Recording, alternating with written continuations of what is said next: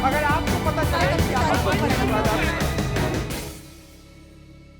कि नरेंद्र मोदी के बारे में हर बार ये चर्चा होती है, 2014 में तो लड़े भी थे 2 सीटों पर, वडोदरा और बनारस जी। 19 में काफी चर्चा थी, इस बार भी कुछ इस तरह की जो चर्चाएं थी सौरभ जी, वो मुझे लगता है पुरी की जो चर्चा थी कि वो पुरी से लड़ सकते हैं, लेकिन वहां से संबित पात्रा ने चुनाव लड़ा था, 13,000 कुछ वोटों से शायद वो चुनाव हारे भी। लेकिन मुझे लगता है कि बहरहाल प्रधानमंत्री का फोकस वाराणसी है, और अगर पार्टी तो है ही, और वहां पे उनको कोई चैलेंज भी नहीं है। और क्या दक्षिण में किसी सीट से लड़ सकते हैं? मुझे लगता है कि पार्टी को लगेगा कि वहां संभावनाएं बनती हैं।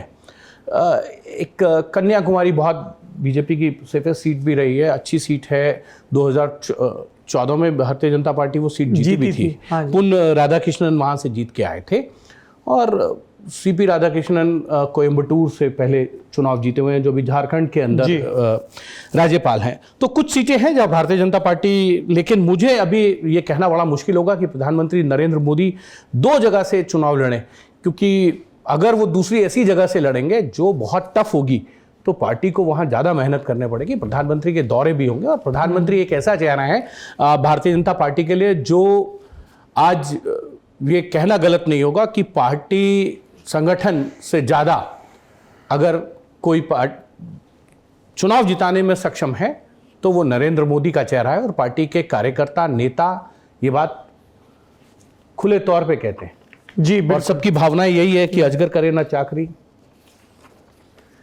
पंछी करे न काम, दास मलूका कह गए सबके दाता राम। राज्यसभा में पहुंचना अपेक्षाकृत आसान माना जाता है।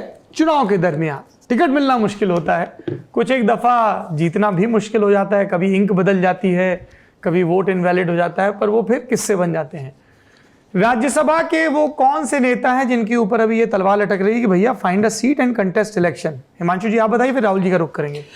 मुझे लगता है कि जिन लोगों के राज्यसभा के टर्म्स खत्म हो रहे हैं, चाहे वो पुरुषोत्तम रूपाला है, मनसुख मंडाविया है, अश्विनी वैष्णव हैं, भूपेंद्र यादव, धर्मेंद्र प्रधान, ये तमाम वो लोग हैं, राजीव चंद्रशेखर, मुरलीधरन, जिनको चुनाव लड़ना है। निर्मला सीतारमन मुझे लगता है अभी उनकी सीट तय नहीं है, उन्होंने चेन्नई तमिलनाडु की रहने वाली हैं, और काफ़ी कोशिश, और जिस तरीके से एआईएडीएमके के साथ अभी गठबंधन टूट गया है, और उसके बाद मुझे लगता है कि निर्मला सीतारमन को जो है वो एक तरीके से एज मिल जाएगा, और क्योंकि उनका टर्म अभी बाकी है सौरभ जी, जो मुझे जानकारी है। दूसरा हरदीप सिंह पुरी, उनका टर्म अभी बाकी है, और उनसे मेरी जानकारी के अनुसार ये पूछा गया कि आप चुनाव लड़ना चाहते हैं, तो उन्होंने मना किया कि अब मेरी उम्र हो चुकी है। 2019 में मैंने अपना चुनाव लड़ा था, हारा, वो एक अलग विषय है, लेकिन अब वो चुनाव लड़ने के इच्छुक नहीं हैं। पीयूष गोयल 2028 तक उनकी राज्यसभा है, और मुझे लगता है पीयूष गोयल भी अपने लिए एक बेहतर सीट ढूंढ रहे हैं। दिल्ली हो, मेरठ हो, या मुंबई की एक सीट है जहां से वो लड़ना चाहते हैं। तमाम चीज़ों पे वो भी विकल्प तलाश रहे हैं, लेकिन इतना जरूर है, प्रधानमंत्री नरेंद्र मोदी ने जब मानसून सत्र था तब क्लस्टर्स की बैठकें की थी राज्यवार, उसमें उत्तर प्रदेश के क्लस्टर्स की एक बैठक के अंदर प्रधानमंत्री ने साफ साफ कह दिया था राज्यसभा से आने वाले सांसदों को भी जो है वो चुनाव लड़ना चाहिए, चाहे वो विधानसभा का हो या फिर लोकसभा या कॉरपोरेशन तक का, पार्षदी तक का, अगर आपको चुनाव लड़ने को कहा जाए तो आपको लड़ना ही चाहिए।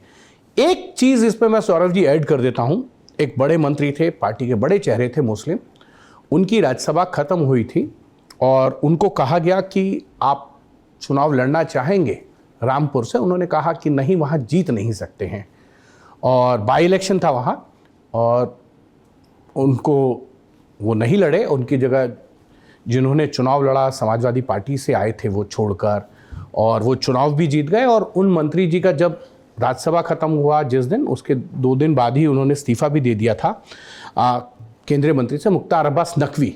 तो जो चुनाव नहीं लड़ना चाहता है और उनका टर्म खत्म हो रहा है, तो मुझे लगता है उनको अपना भविष्य दिखाई दे रहा है, क्योंकि प्रधानमंत्री की सोच बहुत क्लियर है।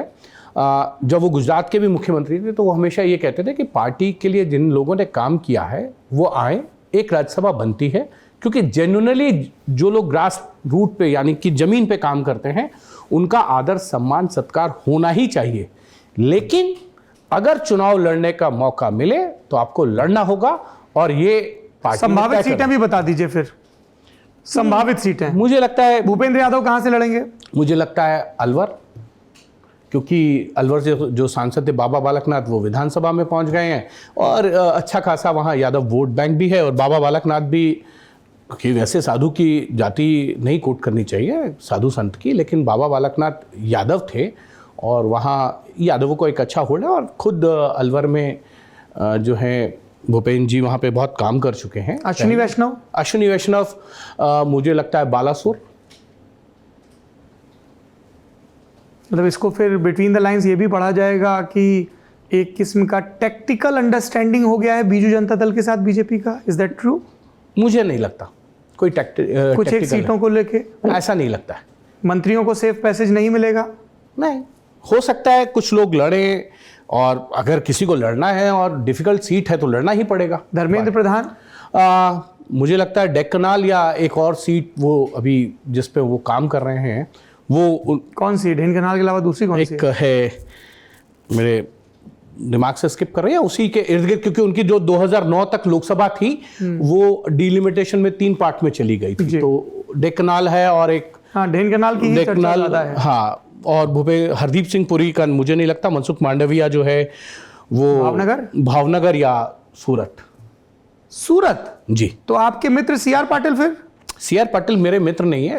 सी आर पाटिल एक नेता है पार्टी के और हर पत्रकार का हर नेता जानकार तो आप लोग इतने जल्दी इसमें? नहीं, उसमें सी आर पाटिल जो हैं वो नवसारी से सांसद हैं और हाँ, वहां से दर्शना बेन है जी।